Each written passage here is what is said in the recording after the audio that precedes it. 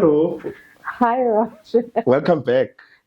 I was gonna say welcome to my biggest blunders, but I know you've been on the platform Yes, before. yes, yes. So thank you. I think the last time you were on the platform, we did about three amazing songs. Mama, Yes. um, Tumosadi, Musadi, yeah. and I Do Believe. Yes. Right. So, I mean, this was a couple of years ago. How has Philile been, and how's it been going with, just take us back to the beginning of your music career. Okay. When did you realize you can sing, and how did it start? Sure. I always have beautiful memories each and every time I take, you know, um, a step back to where everything started, just to walk down memory lane. Um, so, firstly, Philile is a very soft-spoken, beautiful soul, humble, person. I just love being around people. I love helping out. And I just love seeing that my aura is appreciated where I am. Yeah, and I guess also because I come from a musical family, that's where it all started.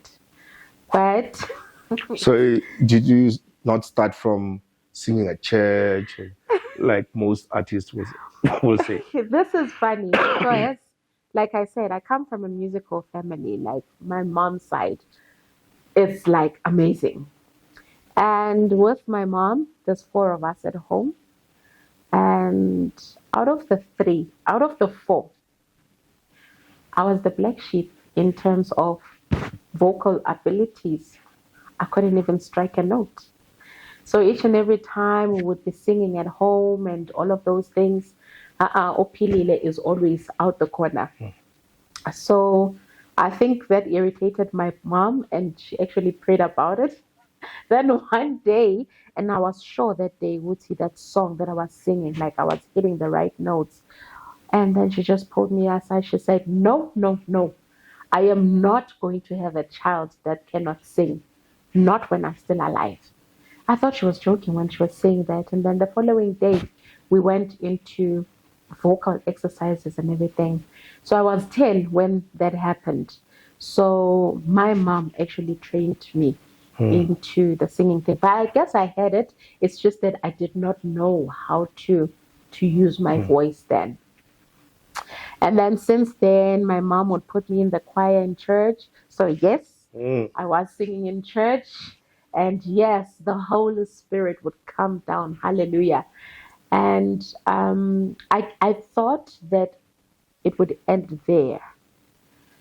But then I realized each and every time I sang, someone would just say, "As young as you are," I was thinking about killing myself. But after you sang, God just spoke to me, and I don't Wow. want to do that anymore. Or I was going through depression, but your voice just, spoke to me. And I'm not sure what to call it, but it was my track church. The song is called "It Is Well with My Soul." Yes. And whenever I would get song requests, I know that they would say, "Philile, out of all the songs that you're going to sing, that one, you know.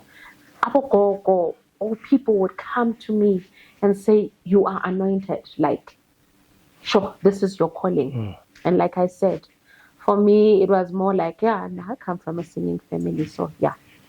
And then only when I got to tertiary, and then I realized that a song or music was actually a form of escape for me, because I don't have a beautiful childhood to really talk about. I am a rape and molestation survivor. So I think around that time, that's when everything was just coming back in terms of memory. Like whenever I would sleep, I would see faces of the perpetrators, you know, and that also led me to being, I don't know what to call it, promiscuous, or have more of a rebellious nature. But I noticed that most of my pain, I would pen it down. And from penning it down, I would sing it out. And it felt better. The pain felt manageable, you know. So fortunately, I met people who also had the same interests. And they were like, if this is what you want to do, we'll help you out. You know, let's do this. Did you think of music as, like you say, as an escapism? Or, I mean, some people say, maybe I should sing as a career, for instance. You know, was it both? To sort of say, okay, I'm trying to escape this ordeal. And then later on you realize I can actually make a living out of this. Or was it just by accident that, okay, let's try this thing as a way of making money? So, for me, it was a by the way. I never really thought of music as a career. No, not at all. And one reason for that was my mom always discouraged the thought or idea of one doing music full time. I guess also from her experience, because she used to be with prominent people, you know, your likes of Brenda Fassie, Makeka Ngcobe, and, you know, with the Gibson Kenter group and so forth. So I guess since it didn't work for her, she decided to leave music for her own reasons. I guess she also thought that I don't want my child to also go through that. So she would tell me that there's no life in music, there's no future in music. Just stick to singing with the family, and that's it. You know, whenever musicians would pop up, you know, on TV and so forth, it wouldn't be a positive line to say you can be like that person, you can be like that person. No, no, no. It was a thing to say, if you do, I guess she also saw that. She would say, if you really want to pursue music, I want you to first get an academic qualification. Then, if I'm satisfied with that as your mom, because I care about you, I want you to have a bright future, and music doesn't seem to have that, then you can follow your dream, but knowing that you have this on the side that is your core, you know? And most of the time, when I think about that, sometimes it does hurt, but you never know. Whatever reasons she had then, you know, I believe that she was doing that as a mom, knowing what the industry is like. We're still going to talk about that.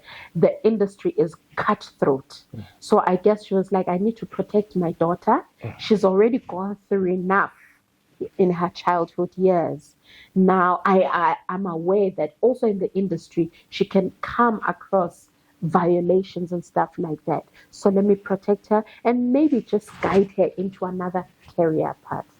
So yeah, it for me also that was embedded, and I never thought of music as a career. No, not at all. Okay. No, not at all. So what happened? I mean, you then at some point decided, okay, let me try this as a career. What pulled you? I mean, music, I'm being told it's a calling. And, you know, once you have a calling and you don't embrace it, other things don't go well, apparently. And until you embrace your calling, you know, what happened with you? Did it pull you through? Or it was just, you know, maybe somebody gave you an offer you can't refuse? For me, it was both. Ne? I'm a Christian. I come from a Christian background. But when you spoke about the pulling, I understand a lot of people, our African people, when we talk about ubizo and ancestral calling and whatever. I believe it's like that. You can try and run away. You can try expose yourself to other things, but music will always say, "Hello, I'm still here." And somehow it is true. It looks like, or it seems like your things are not gonna go well up until you answer You the embrace. calling. Yeah, understand. And we're not. Let's qualify. We're not saying calling as in to us. We're talking about Yes. your gifting. Yes, Like your your gifting. skill, Yes. your talent. You yes. can't run away from that Yeah. at all, Yeah. you know. So it was a bit of that. And then I also met someone who had the music knowledge so much. He was also from the music industry. I'm not sure if I should mention who he is, but um, I remember the first day he heard me sing in church. He was like, I've heard sisters and brothers sing here, you know, but your voice cannot be contained here. Who You is need to this? do something. That's my ex-husband. Okay. Yeah, that's my Listening. ex-husband. Yes.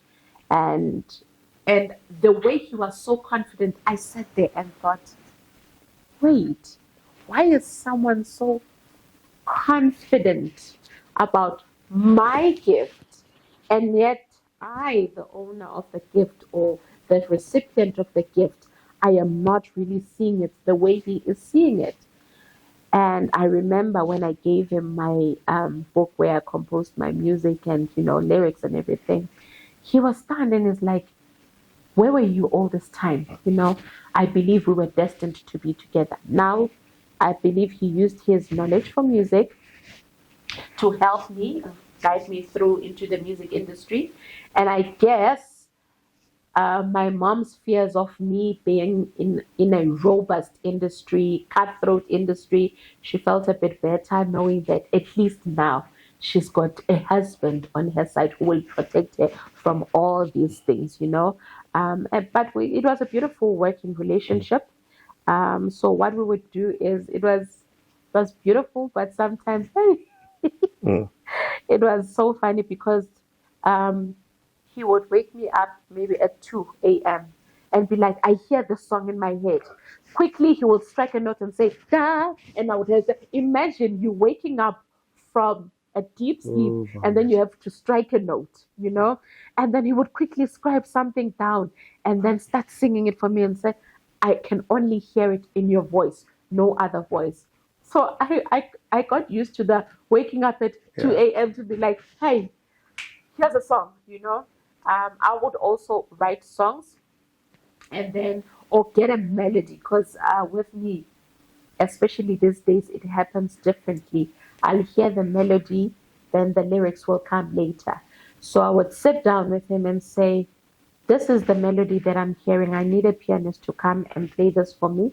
But this is what I want the song to talk about. Because sometimes I found that, especially with the message that I wanted to get across to people, sometimes it was very sensitive because it had to do with, rape, violation of a woman or a child. So I would just narrate like I'm sitting with you right now and say, I need the song to talk about this. Here's the melody. See how you work around this together with the melody. But this is what I want the song to talk about. So it was beautifully cultivated. He exposed me to a lot of things in the music industry. And I will not lie. That part of my life I enjoyed. It is so beautiful having to wake up and do something that you love, and yet you don't feel like you've worked a day. You wake up, you do your vocal exercises, you wake up, you jot your lyrics down. As you're sitting there, you see birds fly, you see people conversing automatically, a song comes to your head. It's so beautiful. Like sometimes I would have sleepless nights or long nights, let me put it like that, because we would be going to the studio to record music, and then I have to go and perform at other gigs. You'd find that in that day I've got 3 or 4 gigs to perform at, and I wouldn't even feel tired. Yes, maybe when you're in the plane and you're proceeding to wherever you're going to go and perform, but when you get on stage, oh, the most beautiful feeling ever. I always tell people that one place that soothes my heart, just give me the stage and the mic, I'm good to go. So it's true that when you do what you love, you don't see what you're doing as work. Yeah. Somebody said that because there's always this thing where people work and, they do other things. They work for years with the intention of later on using their pension when they retire to sort of try and do what they love doing. So what this guy was saying is retirement actually is not when you are 60 or 55. Retirement is when you get to a point where you might be 25, 35, when you get to a point where you do what you love, then retirement starts there, because from then on, you're not working. You're just doing what you love. So unlike someone who has to wait until they're 65, 60, 65, to then do what they love, that's when retirement starts. But for you, when you start doing what you love at a tender age, you have already started retiring. I love that. Right? I love that I found that so to be much. quite amazing. Whoa, I love that. And I really resonate with that. Yeah. Whoa. It just took me back to the days. Yeah. So you get into the industry, how high does it get? I mean, give me a highlight of some of the amazing, I know you've traveled overseas and, how, before we get into the low levels, how high has it been? It's you know what, let me say, when it is your time, it's like the universe is saying, this is your time to shine. I'm opening all these doors for you. Grab every opportunity. It's like you are seen everywhere. It is so beautiful, like you just mentioned. I traveled countries, guys, to just go and stand in front of people, and you can see they are yearning, they are hungry, they're looking forward to hearing what this artist has for them, And what I like most about my genre of music is that I know that I am imparting knowledge, I'm imparting peace, I'm imparting healing to my audiences, So for me, it's just not let me come and entertain you, but I know that I've got a calling to come and do some healing in your soul, So I remember I went to Scotland. It was so amazing. It was the Edinburgh Festival. And when we got there, it was with the Mzansi Music Ensemble. And also how I got that lead part was something else also. So this is me not really taking music seriously, because I was working for another company as an administrator. And the stress I was getting there, it's amazing. We stoop so low, and yet you know that if you just answer this calling, if you really follow your passion, you won't be stressed out with those little things. And I went to go fetch my sons from daycare, and one of the mothers there said, "Ayman, I'm looking for musicians. Our ensemble is looking to create a band, and we're looking for lead singers, and it's been a struggle, to find the voices that the founders are looking for." And my then husband, who's the ex now, was like, "Oh yeah, there she is. You're talking to an artist." And you can imagine, now I'm not thinking along those lines. I'm thinking, okay, let me think of people I can recommend. And it was like, there she is. And she's like, "Girl, why didn't you tell me?" And then she's like, "Please strike a note for me. Let me get a video." I've never been shy to actually, what do we call this? Showcase the gift that God gave me. And then I hit a note here and there, and it's one of my favorite songs. I know when I hit that song, Sham, you are going to go crazy. And then I just hit that song, and she was crazy. She immediately sent it to the founder. Oh, Linda Antoni, I don't know if you know her. Yes. The wife of the late Victor Antoni. Yes. Hey! She was like, "Hey, where do you come from?" Mom Linda sees the video. She was like, "Bring her through." I get there, I see a lot of industry people from Joyous Celebration, from the people that you see on TV. Remember, for me, this is another world. I see them on TV, and this is me. When you're just an administrator. Yeah, an administrator there who's being stressed out and told that, if you don't do this, we'll fire you. And then I get there, I see industry people. Now you can imagine how nervous I was.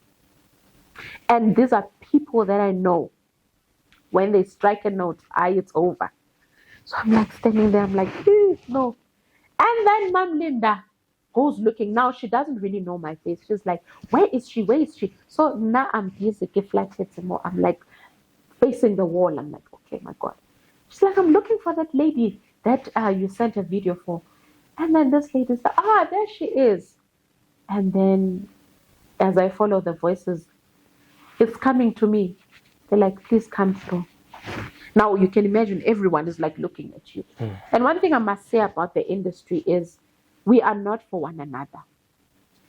We like bashing one another and making one another feel low at the expense of, So you can imagine the conversations that we're going there to say, yeah, this one thinks that she sings, this one, and then that note is not.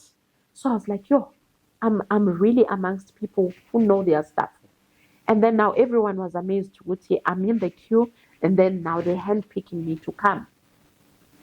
When I get there, they like, just sing us any song you like. I sing It Is Well With My Soul because I think I'm best there. And it's my comfort zone song, so I don't really have to strike a lot of notes because I'm so used to it. And then she starts saying, can you harmonize? Can you do this? Then I remember my mom, the words harmonizing, and I'm like, oh my God. But anyway, I just did everything that they asked me to do. Someone would sing, I would harmonize. And then she was like, now I need to see if you can lead. Then she gave me the most complicated song. And then she said, please go listen to this and then come back and sing it for me. Same day? Yes. Not go home, tomorrow come back? No. So I went to the car, started shedding tears. I'm like, no, I can't do it. It's like, you know what? How complicated was it? I wish it's a song that I would perform with him Mzansi Music Ensemble now. Okay. It's called Where Am I Going? Okay. Yeah, it's a beautiful. I think you need to listen to my rendition. But did you know the song? No. So she just asked that I familiarize myself with the chorus and the first verse. Then when I went back, I did my thing. One thing about me is that when I tell myself that, you know what, I can do this. I was born for this. And I just shut out everyone and it's me alone in the mic. I remember when I opened up my eyes after the rendition of the song, she was gobsmacked. And everyone was like, who is this girl? Because we know her. She's very strict. She's very, And then all she was doing was, please get her numbers. I don't want anyone else now. I've got the auditions. I've got the person that I want. And that's how I got the lead role at Mzansi. Were there others coming after you? Yes. Yes, there were. So it was like, that's it. That's it. I don't need to hear the others. She found the voice that she was looking for. And I remember when I started my rehearsals there, I didn't really get nice energy from my then colleagues, but now I share they love me. But there was that thing because apparently those songs belonged to other people. And you can now imagine the mood there. And they made it really hard for me. But with them making it hard for me, I guess it also pushed me to work extra hard. I believe that you are not only successful because of your talent. There needs to be a discipline that goes with that. So as much as Philile can strike a beautiful note, do you do your vocal exercise? That's when I knew the true meaning of doing vocal exercises, of doing what you call this your breathing exercises, and also having to train in order for you to open up your lungs and all of those things. It takes discipline for you to do that every morning and every evening. It's an instrument. My voice is an instrument. So I learned those things that you cannot just take your voice for granted. Yes, the gift is there, but now what are you doing with it? So going forward now, I started seeing it and saying, man, you've got it.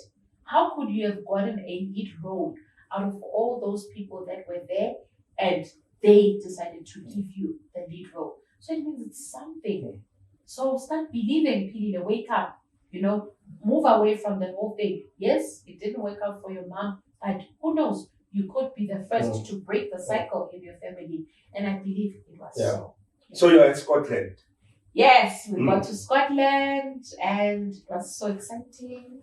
We started rehearsing. We brought our African regalia, you can imagine. But then the repertoire that we had prepared, because it was more your jazz standards and, because you know all Bradik, the kind of thing that he did. When we got there, we sang for this group, and then this white man came through, and I love his honesty. He came and said, "Thank you so much for such a beautiful rendition, but we are well quite aware of jazz and the likes, you know. When we came here, we wanted to see South Africa, give us a taste of South Africa so that we look forward to going there. I did not come to this festival just to listen to what I normally listen to. Can you just give us something different?" And I loved that about us. Yeah. So it's like what Miles Davis advised Hugh Maseke. Yes. To say, don't try and play like us. Yes. Be yourself. Play, yourself, and will gravitate towards you. Yes. So it's similar. Yes. And I remember we had to sit down because now the following night, again, and the guy said, "I'm going to bring people. Trust me." Yeah. Now we had to sit down and back to the table now, drawing board. What is it that we're going to do? And I remember Oprah Ruben said, "You know what, guys? At the end of the day, let's not forget that our gifts also allow us to have fun. Yes. So let's take our folk songs. Let's bring it together. Let's see how we brainstorm around this." Rush the following night was something else. And to us, because that is not their culture, the people that were coming to listen, to us it was more like, Anne, what are the lyrics? How are we supposed to dance to this? Hakuna Matata. Yes. Yeah. So we were like, just go have fun. Yeah. So it was more of a freestyling thing, like whatever that comes to your head, you will just wink to one another and say, just give me a chance. And then we hit it. The amount of people that came in after that. Yes, there was a little bit of jazz here and there, but I am telling you, we brought the African element. And that's another thing. I didn't even know that I had that. I consider myself to be laid back and lady, chilled. I think you can hear with my voice, even when I sing, I'm calm, It's like I always imagine, my voice just floating through the sea at night. That's my kind of voice. And then there, it was something else. We were ululating and we were dancing there, and our folk songs. It was beautiful. And that's when I said, this gift.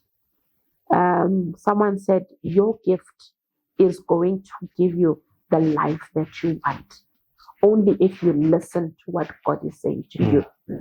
That's when I realized that, and I'm like, ooh, I get to travel places because of this gift. Amazing. You're traveling even locally, Durban, Cape Town. Have you ever been in a point whereby you are so tired of being on the plane? And with us African people, then it's a huge thing for one to be on a plane the first time, But the way I got so used to it, I was so tired. I was like, I can't anymore. I don't want to fly anymore because this is too much. That's how much I was in demand from your corporate gigs to traveling but all I did was just stand in front of the mic and sing. Sure. So come back from Scotland, do a whole lot of traveling. Then what happened? Because I know you're not singing now as you Life happened. Yeah. Life happened. Like I mentioned to you that I was married and things didn't really go well between him and I, and we separated, and it wasn't a beautiful separation at all. Now you can imagine there's power in a couple working together and having this one dream and focusing on that as a couple, this power, trust me, because you are putting together different mindsets and something big comes up from that. And then from a huge thing like that, boom, we're no longer together. The split is not nice. It's just doing things to the family and everything. And I just had to take a step back and analyze everything and say what's really going on. And now you can imagine my clients were his clients. Everything that we were doing together, he knew about that.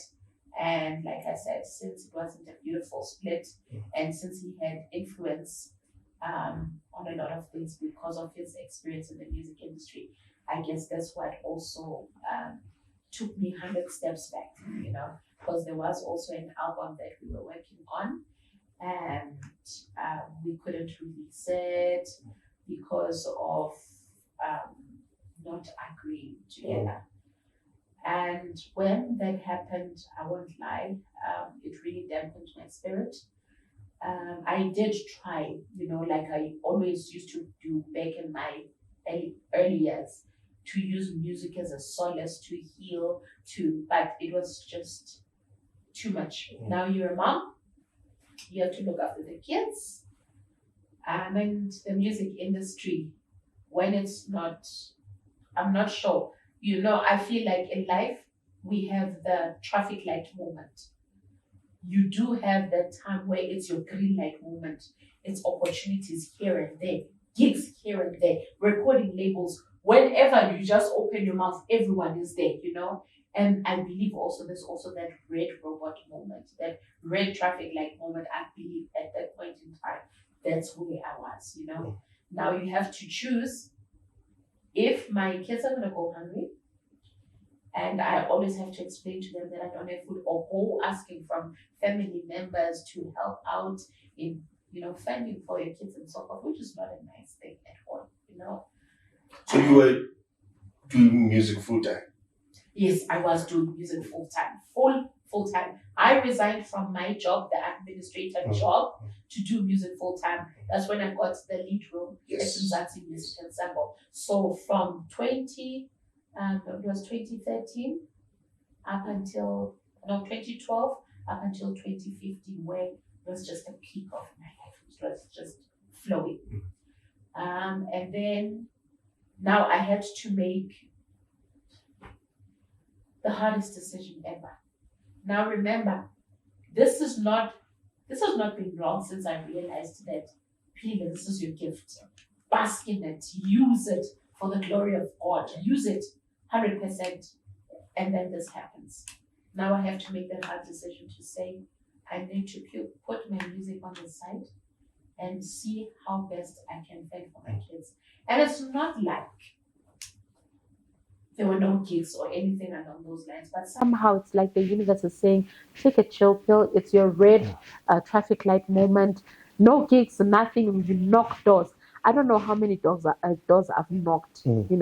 I tried to even create my own gigs, be on social media. Couldn't you get another manager?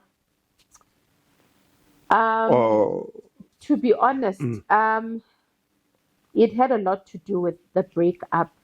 And there were a lot of things that were said there, which also instilled fear in me.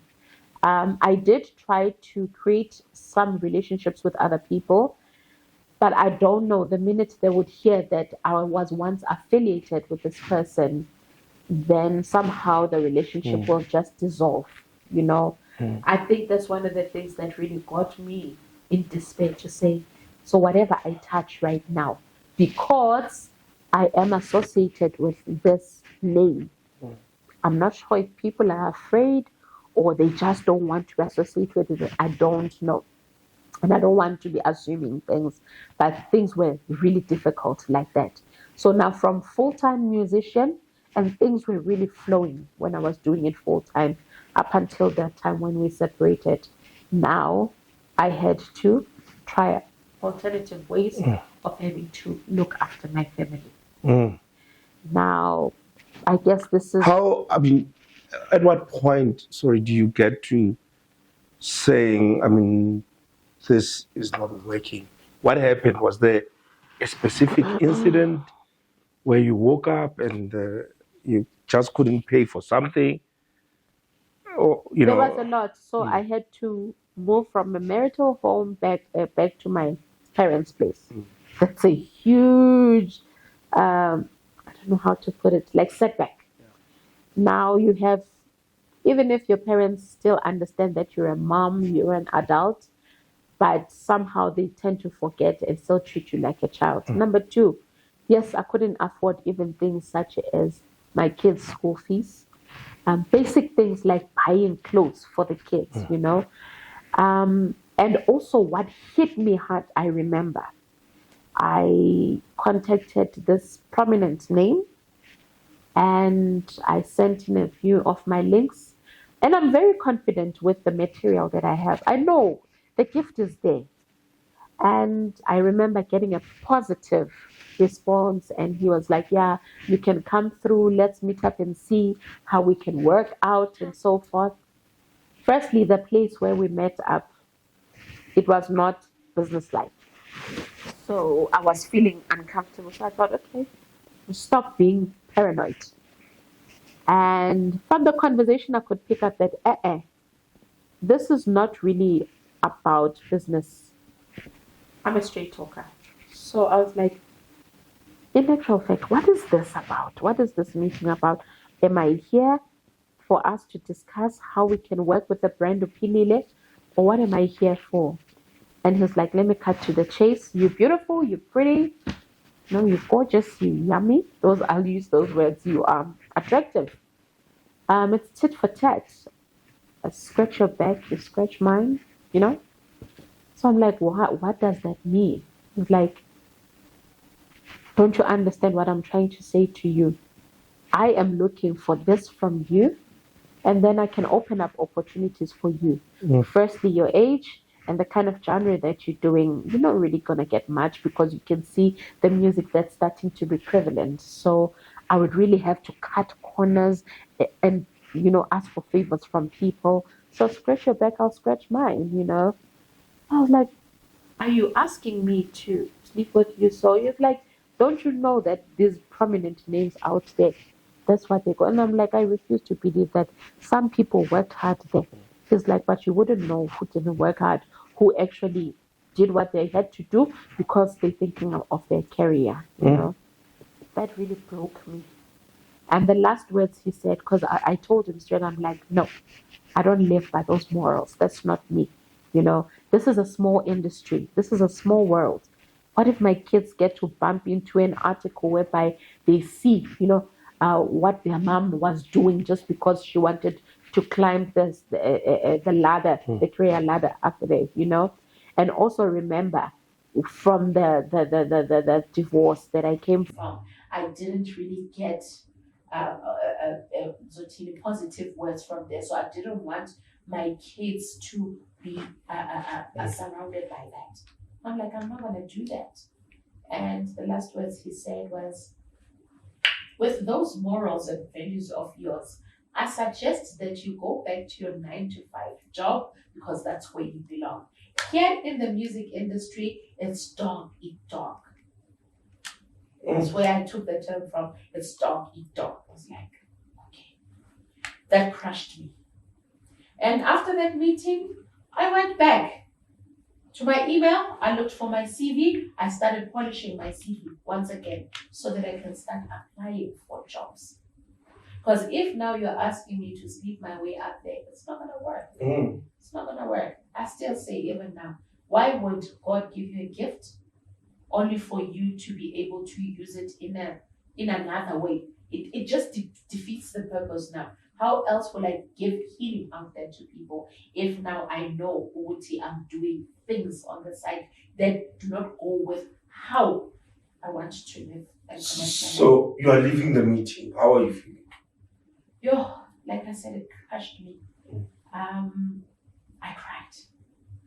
I remember I didn't have a car. Everything was gone after the divorce. So now me and my red eyes and emotional self, I have to go inside a taxi. Shame, poor drivers see a lot of things, eh? I cried my eyes out coming back. And I remember coming back to the house and my mom asked, she was excited for me. Oh my God, so how did the meeting go? Did you get a deal, something? And then she just saw my eyes. Once she saw my eyes, she was like, I think I know what the answer is. I just told her, no, this is what I was asked. And if I don't do this, I was advised to go back to my 9 to 5 job. I think at the back of my mom's head, she had the thing to say, this is what I was talking about. And she was quick to say, you've got not only a degree, you've got degrees, my baby. Use those degrees, go find yourself a job. You cannot be as sad and, depressed like this as though you're not educated. Go and find a job. And your kids are looking up to you.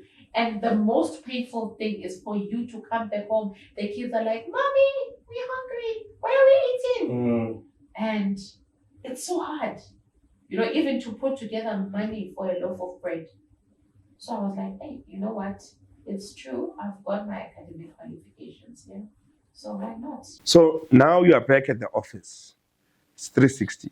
You started at the office, left the office, lived this amazing, blissful, calling, and now we are back at the office. Yeah.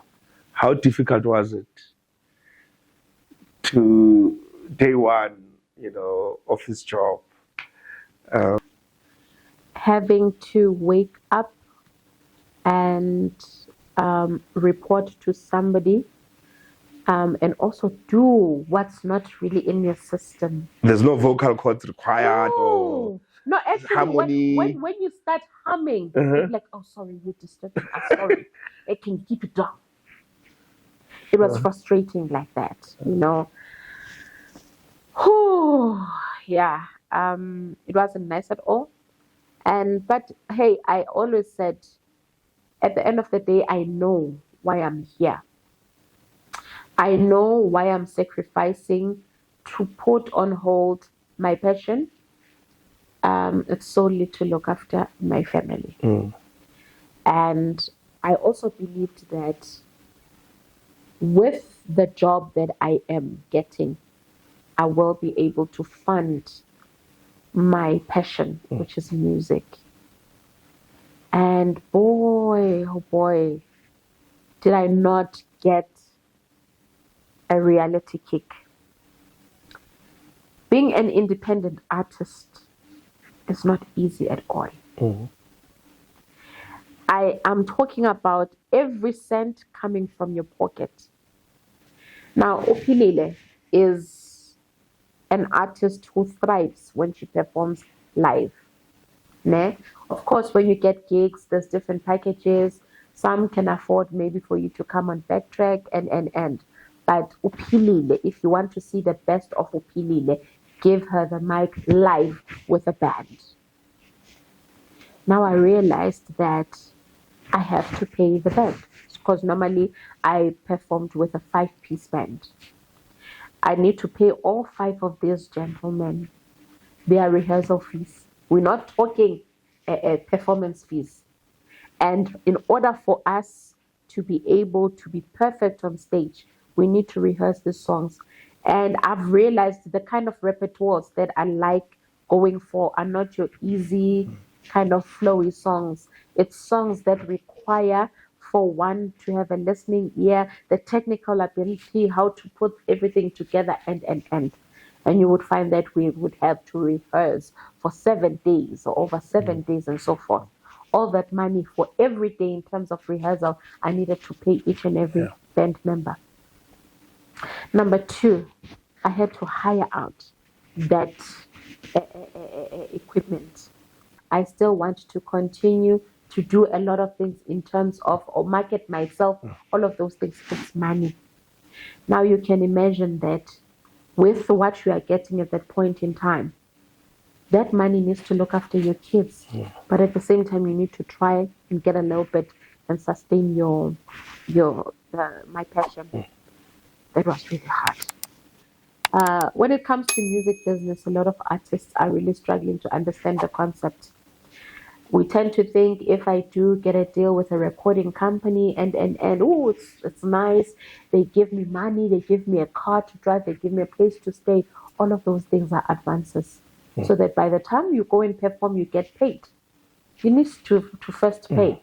So we see a lot of artists crying there saying, "Yay, I know that I was booked for 80,000 rand, but I only got 5,000 rand." You still need to pay. You need to pay back all those monies. Now it was a reality for me to say, "Oh, this is what these companies do. They spend their monies to grow the brand, and now they need to recoup back that money." Me now, Philile, as an independent artist, I need to do all of that as one man, which is a challenge. Yeah. Because if I decide to say I want to do a complete album, the cheapest rate I can get there would be, if maybe now corner that person knows me or whatever, normally they'll say, give me 25K or 30K just to do 10 songs. Proper songs, and even then there's no mixing and mastering. Now where will I get the 20,000 rand, the 25, that 30,000 rand? I've got kids here who've got everyday needs and so forth. So that's where I am right now to say my love for music has not died, but with the situation that I am facing at this point in time, it's like you have to turn your back and focus on one avenue and hope that one day something will happen so that you're able to look after this music career of yours. And also independence all the way. Look, it might not be a sad ending like it was for me. But what if someone gets an accident that you normally work with and you're totally dependent on the person? What's going to happen? You have to start from scratch. But once you learn to do things independently, it makes it easy for you to also grow your team. So I'm talking about things such as going out there to market your brand, doing your cold calling. That's what we call it. You go to each and every door, you knock. You don't know those people, you tell them about your services and all of those things. I believe that I will be teaching her to be independent in that way. So that even when she teaches her marketing team, her sales team, she'll be talking from experience. Should something happen to one of the team members or all hell breaks loose and then COVID hits and then you're left alone, you'll still be able to function on your own. Adult contemporary, I believe that it's timeless. And I always say, when I motivate my students where I work, because I'm a lecturer now, I always tell them to say there is a time for everything. You will find out at that point in time, you feel that all the doors are closing up. Maybe you're not ready to open that particular door, but when the time comes when you're ready, you'll find not only one door, but many doors.